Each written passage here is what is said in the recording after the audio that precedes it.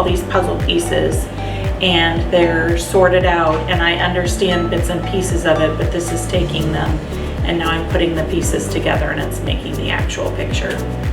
The course is amazing, the building is amazing, the staff is amazing here at MTMI. So there's no negativity that I can add. I haven't really gone over my notes because it's a lot and I just needed to debrief, but when I start going, I think I have good information and it's good learning, and I'm actually coming from someone who has no IT experience, just totally clinical.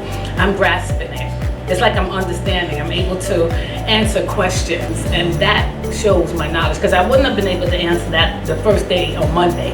You know what I mean? Monday, 8 o'clock, I couldn't answer those questions. So today, Wednesday, I can. So that just shows that I'm grasping the information that they're giving, and I'm happy